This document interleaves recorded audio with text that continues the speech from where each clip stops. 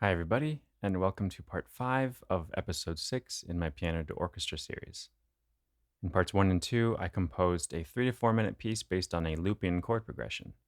I composed the piece using a 3-staff piano score with the intention of turning that into a full orchestra piece. In parts 3 and 4, I orchestrated the first 2 sections, showing several different versions. Now, in part 5, I'll show my complete orchestration. I'd like to do something slightly different today and first just play the orchestration from start to finish. I'll show the piano score above and the Cubase MIDI scroll below. Afterwards, I'll discuss each section, although to keep this video relatively short, I won't go into as much detail as in the previous videos.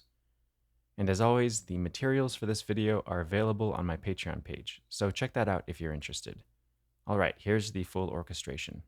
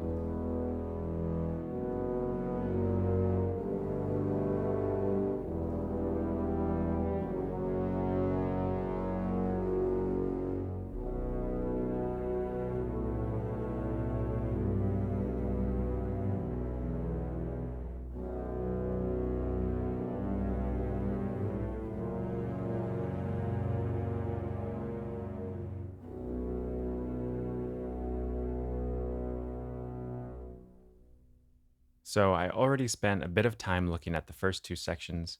I'll start today by looking at section C. Actually, I'll look at 4 measures before C. I'm showing the piano score above and just the brass section orchestrated below. 4 measures before C is actually the first time we hear brass at all.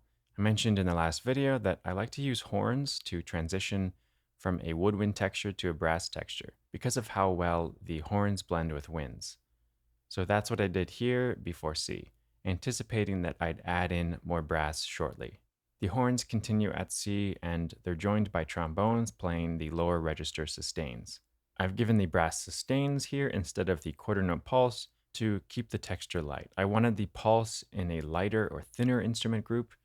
One other thing here, you'll notice that throughout this video, that on occasion I changed chord voicings to better fit certain instruments, so there will be a few discrepancies in the piano score. I'll play the brass section alone at C, starting 4 measures before.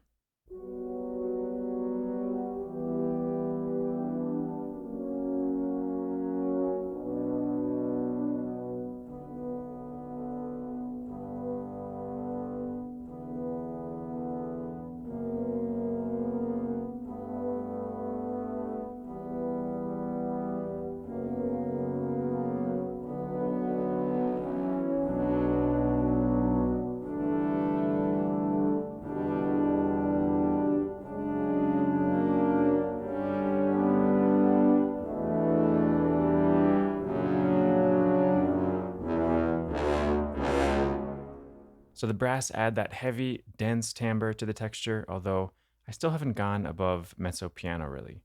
And because the brass dynamics are still relatively low, that allows me to still have the strings muted during this section. I have that quarter note motion orchestrated through Loure bowings in the strings. This type of bowing is more connected sounding than if these strings changed bow directions each note. I also think that with this configuration, you'll hear that 3/4 meter very clearly, since each bow direction change will be slightly enunciated. Another reason I have the strings still muted here is because they were muted prior to this, and removing mutes requires a few beats of rest at the minimum, and there was no good place in the music for this until the last 2 measures of C, where the low brass sort of take over that quarter note pulse, so I can unmute the strings then. I'll play just the strings in this section.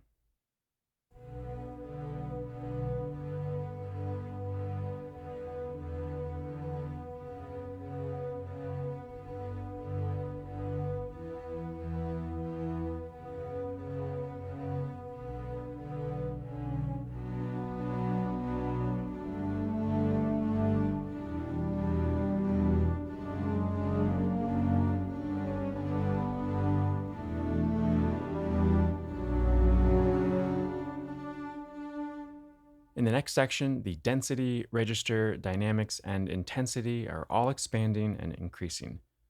I'll break this section down into the instrument families, otherwise the score wouldn't really fit well on the page with how many instruments are playing here. So here I'm showing the woodwinds in section D.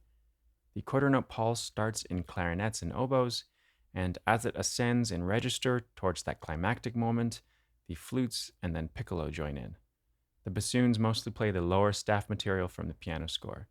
And 8 measures in, the clarinets have an 8th note texture that actually wasn't in the piano score. I added this material when orchestrating because I felt the music needed another rhythmic layer. Just having quarter notes and long sustains seemed a bit thin rhythmically, especially for this climactic moment. So here's how the winds sound alone.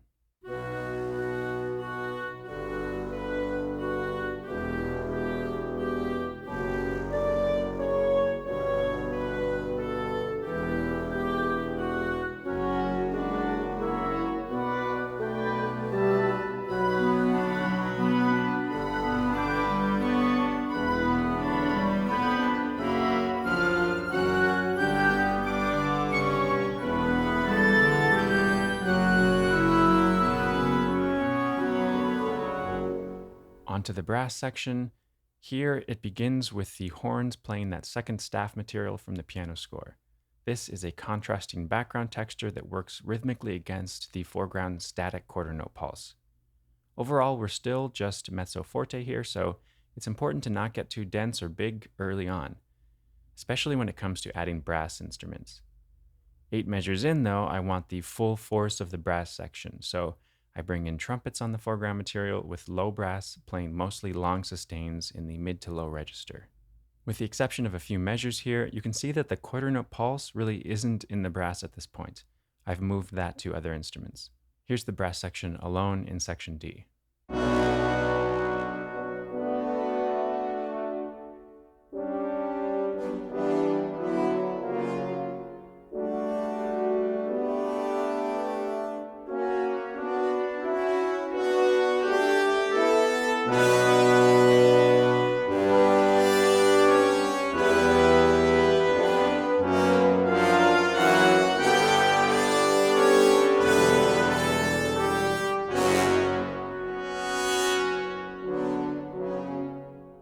Now here's the string section. The upper strings have the foreground quarter note pulse material, and the low strings have low sustains, with the cello switching to that eighth note line halfway through, playing with clarinets. All the strings are unmuted now, so they have more of a commanding presence in this texture.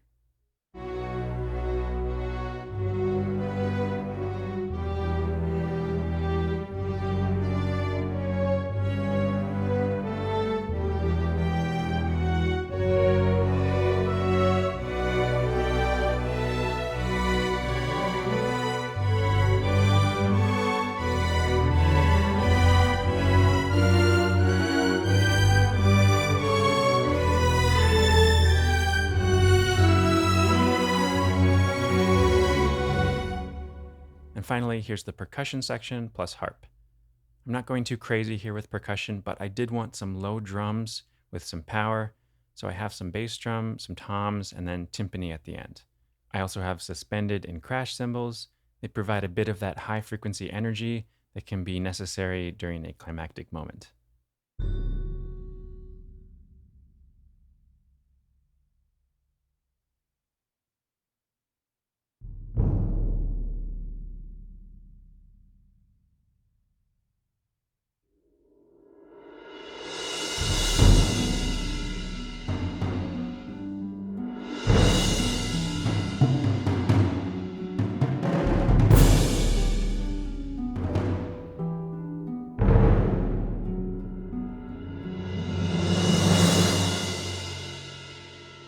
The next section is where the tempo increases and the texture suddenly thins out.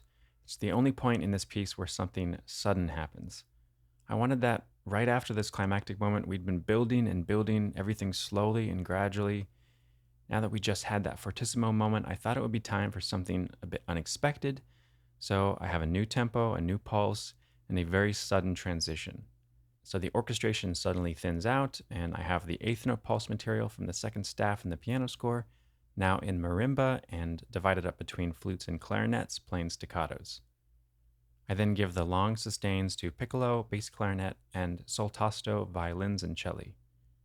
In the second half of this section, I bring in oboes, bassoons, second violins, and violas. So within this much lighter section overall, there is some shape and growth to the texture, but overall it's much softer and more intimate.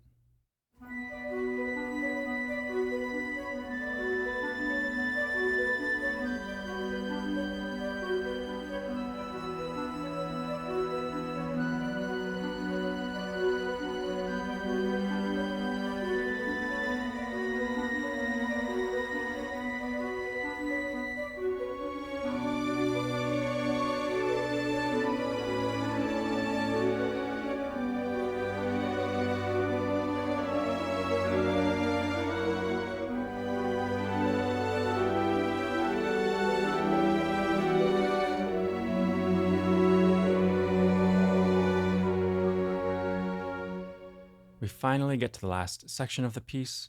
Here the texture shifts entirely to low instruments. So bassoons, really low horns, low strings, and then I add in trombones and tuba halfway through. The only thing I really changed here from the piano score was that I moved this material down the octave so that I could exaggerate the low register muddiness and intensity of this music. I gave that part to cellos and then a low trombone. Here's how this ending sounds.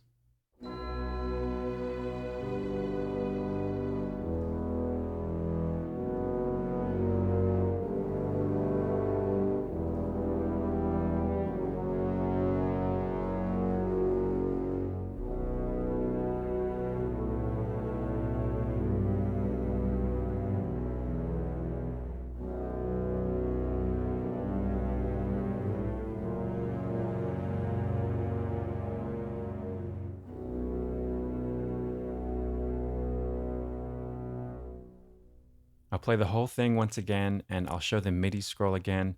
By this time, I've separated out each instrument section, so it's a little less chaotic looking. So here it is.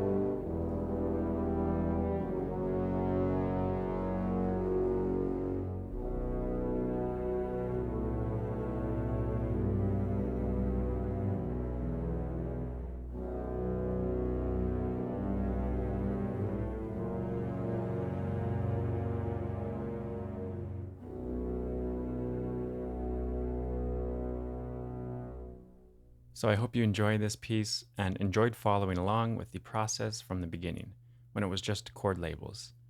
It was a lot of fun to compose and to orchestrate, and I always enjoy shaping an orchestration over time, allowing textures to evolve slowly or sometimes quite suddenly.